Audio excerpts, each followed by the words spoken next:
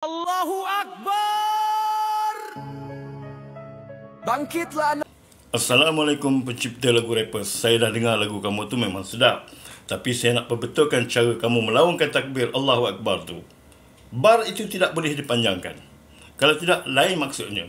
Kalau nak dipanjangkan, menyebut nama Allah tu boleh. Seperti mana contoh begini. Allahu Akbar. Allah tu panjang, bar tu mesti pendek.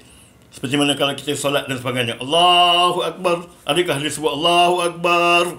Ataupun dalam azan sekalipun. Allahu Akbar. Nampak? Tak ada pun. Allahu Akbar. Dan lagi satu saya nak beritahu. Saya banyak dengar kadang-kadang orang azan.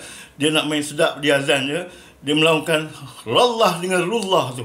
Bezanya. Tidak boleh menyebut Allahu Akbar, Allahu Akbar. Cara yang sepatutnya kita sebut dalam azan tu begini. Allahu Akbar, Allahu Akbar.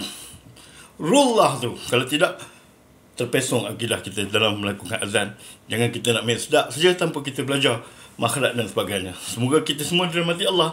Sila ubah balik apa yang sepatutnya. Semoga Allah sayangkan kamu. Assalamualaikum.